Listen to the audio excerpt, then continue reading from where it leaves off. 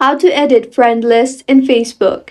Hello everyone, I am Bishaka and welcome to our channel. Let's get right into the tutorial. Creating a custom friends list on Facebook is a very good feature that not a lot of people know about. In order to create a friend list in Facebook, open your browser and search for facebook.com. On the left side toolbar, tap on the Find Friends option and there you will see the option for Custom List. Tap on that and now go ahead and select Custom List Name to view friends in the list. In order to create a list, tap on the Create List option on the left side toolbar and go ahead and search for your friends there and tap on Confirm. With this, you have successfully created a custom friend list. You can tap on the three dots you see there and tap on Add or Remove option and edit your custom friend list. And now if you post something, only the people you want will view your post.